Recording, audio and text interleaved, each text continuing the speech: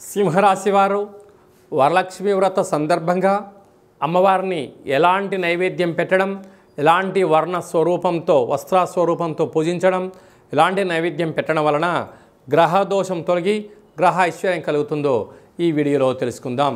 అలాగనే ఈతి బాధలు, శత్రు బాధలు పొంచి ఉన్నాయి. ఇలాంటి కాల సమయంలో వృత్తులలో, ఉద్యోగాలలో, వ్యాపారంలో, పార్ట్నర్షిప్ వ్యవహార కార్యకలాపాలు ఆచరింపజేసే సమయంలో ఎంతో జాగ్రత్తలు అవసరం.